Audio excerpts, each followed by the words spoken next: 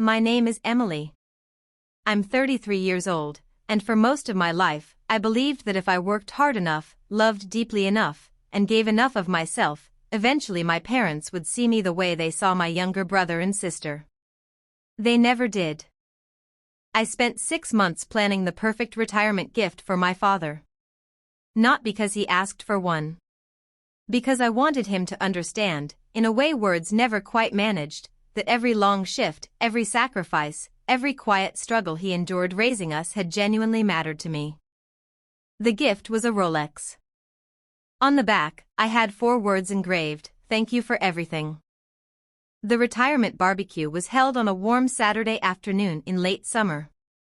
Over 60 people filled my parents' backyard, former colleagues from his 41 years working for the city, neighbors, extended family, old friends.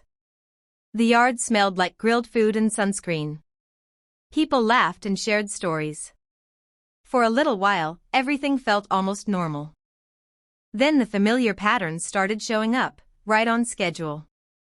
My brother Daniel arrived nearly 2 hours late. My father spotted him across the yard and lit up like someone had flipped a switch. "There he is," he called out, arms wide open. Everyone laughed warmly, like it was charming rather than disrespectful. A little later, my sister Rachel appeared carrying a store-bought pie from the gas station down the road. My mother Margaret spent a full 10 minutes praising her thoughtfulness in front of everyone. Nobody mentioned the months of planning I had quietly put into the event itself. The catering I paid for. The decorations I sourced and set up. The event tent I arranged after checking the weather forecast 3 times. None of it came up. I told myself it was fine. This day was supposed to be about Dad. Not about me. As the evening settled in, my father Robert stood to give his retirement speech.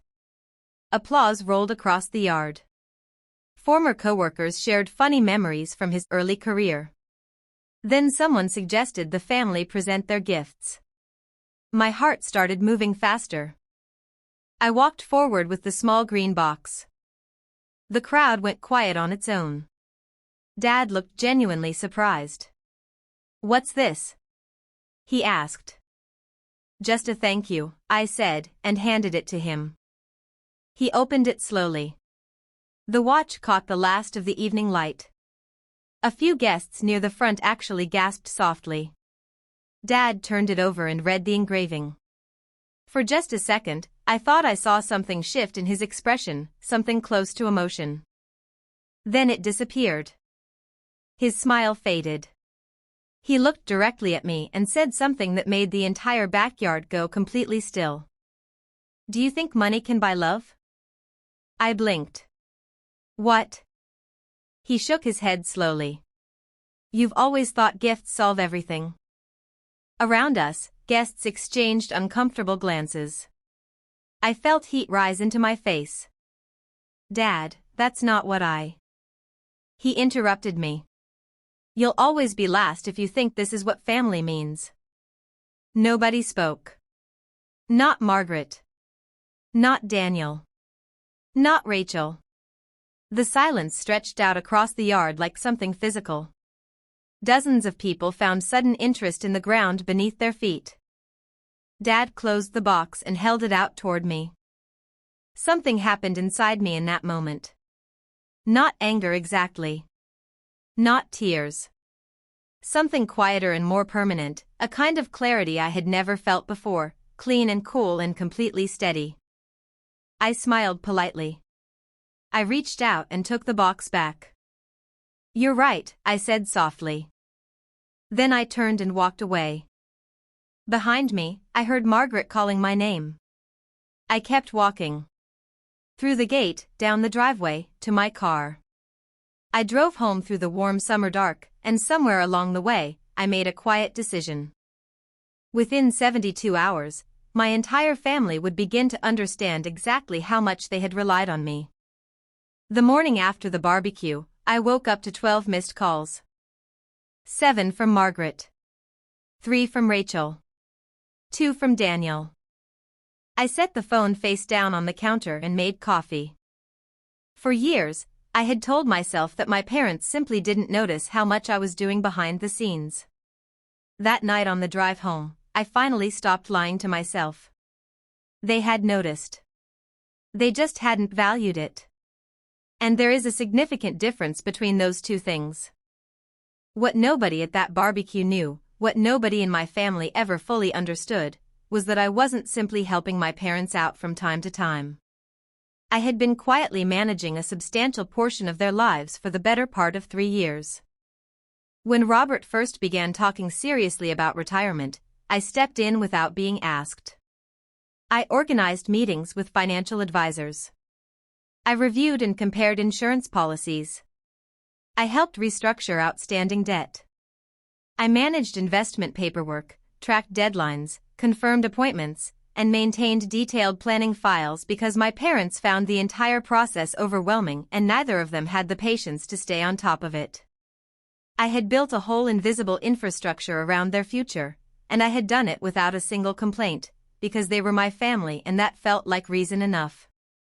After the barbecue, something in me shifted permanently. I didn't sabotage anything. I didn't cancel anything important or let anything fall apart on purpose. I simply stopped doing work that had never actually been my responsibility to begin with. Monday morning, I sent one carefully written email. It contained every password, every account number, every contact name, every deadline, and a full set of instructions for everything I had been silently managing. Then I closed my laptop and stepped back. The trouble started faster than even I had expected. By Tuesday afternoon, Margaret had called 11 times. Wednesday morning, Daniel finally reached me directly. "Emily, what's going on?" "What do you mean?" "Mom says you stopped handling Dad's retirement paperwork." "I did," I said. Silence. "You can't just quit." I laughed, a short, genuine laugh. "I wasn't employed, Daniel." "That's not the point." "No," I said. "That's exactly the point." He hung up. The calls kept coming. By Thursday evening, my phone showed 71 missed calls spread across 3 days. Apparently several important deadlines were approaching simultaneously. Documents required signatures. Appointments needed confirmation. Insurance updates demanded action before specific windows closed. Nobody in the house knew where to find anything or who to contact or what came next. For years, they had assumed these things handled themselves. Now they were discovering who had actually been doing the work, and how much of it there had been. Friday afternoon, Margaret appeared at my front door. The moment I opened it, her eyes were already full of tears. "Emily, please." I stepped aside and let her in. She sat at my kitchen table, the same table where I had spent entire evenings sorting through their paperwork after finishing my own workday. I brought her a glass of water and sat across from her. "I didn't realize how much you were doing," she said finally. "I know," I said. "We need your help." There it was. Not "we miss you." Not "we hurt you." Not even "we're sorry."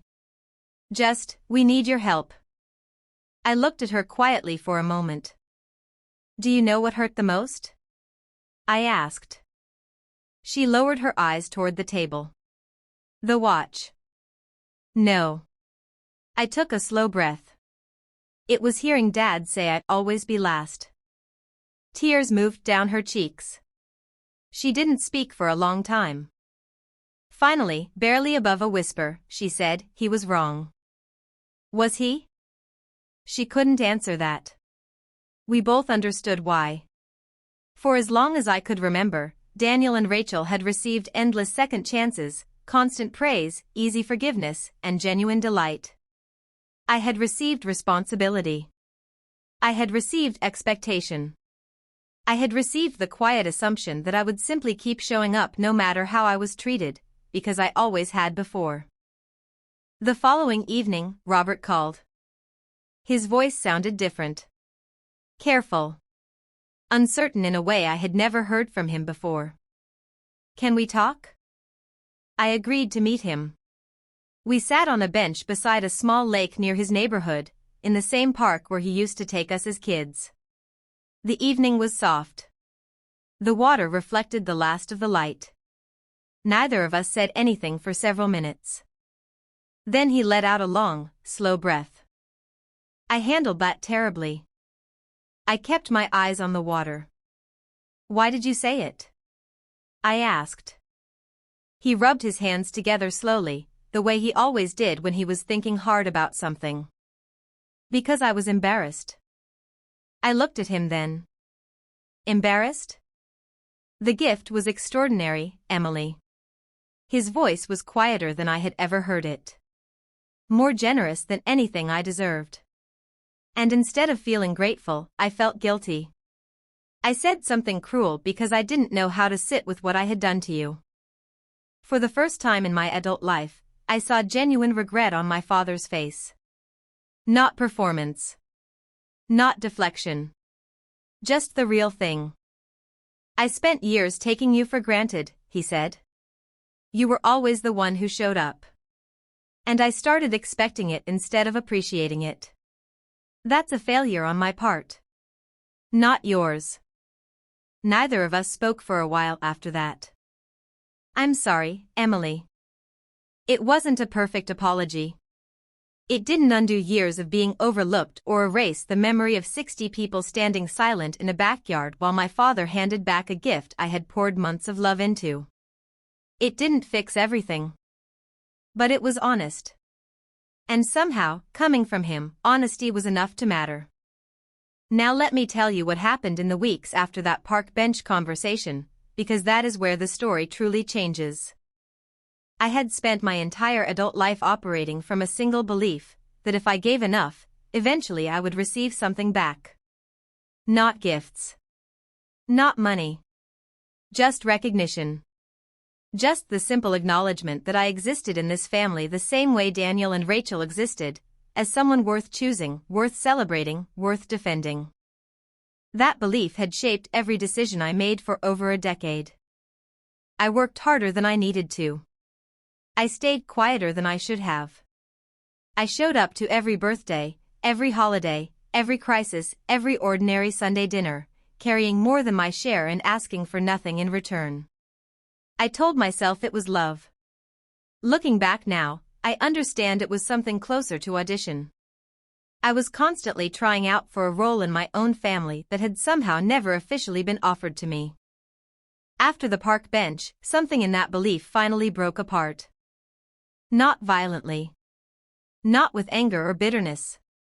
It simply dissolved, the way ice does when the temperature changes, quietly, completely, and without any possibility of going back to what it was before. I started paying attention to how I actually felt during family interactions rather than how I thought I was supposed to feel. And what I noticed was striking. When I helped, I felt relief, not warmth. When I was praised, I felt suspicious, not grateful. When I was ignored, I felt confirmed rather than surprised. I had been operating inside a dynamic so old and so deeply ingrained that I had stopped noticing it was a dynamic at all. It had just felt like reality. Like the shape of the world.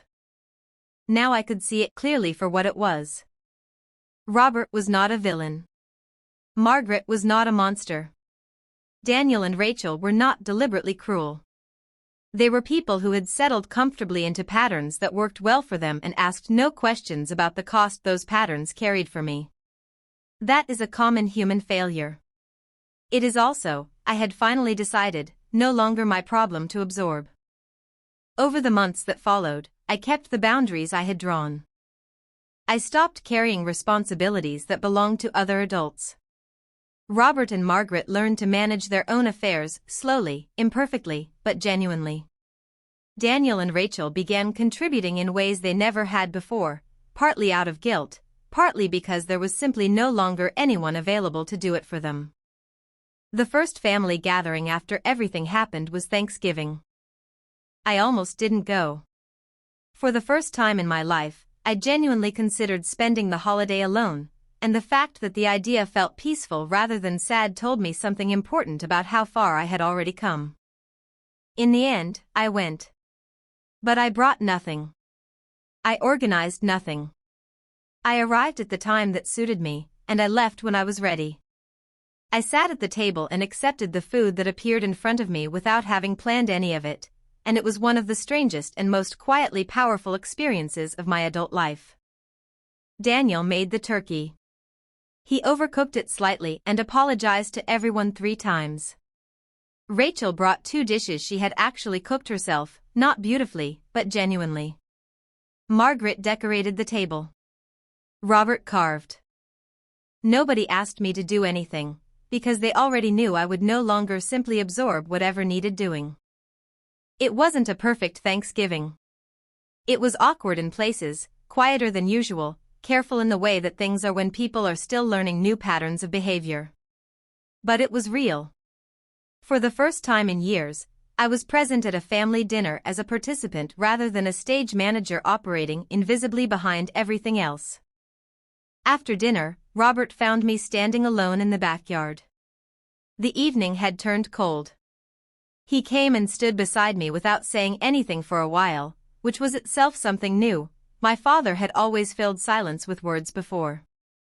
Finally he said, "I keep thinking about the engraving."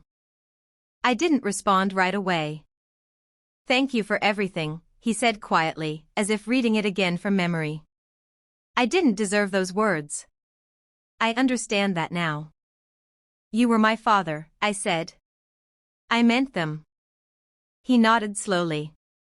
"I know. That's what makes it worse." We stood there together in the cold for a few more minutes. It wasn't reconciliation exactly. It wasn't the warm, movie version ending where everything gets resolved and everyone learns their lesson and love fills the room. Real families don't work that way. Wounds that took years to make don't close in a single honest conversation. But something between us had shifted into something more true. And I had learned, in the hardest possible way, that truth, even uncomfortable, overdue, imperfect truth, is worth far more than the peace you maintain by pretending everything is fine. The Rolex still sits in its green box on my dresser.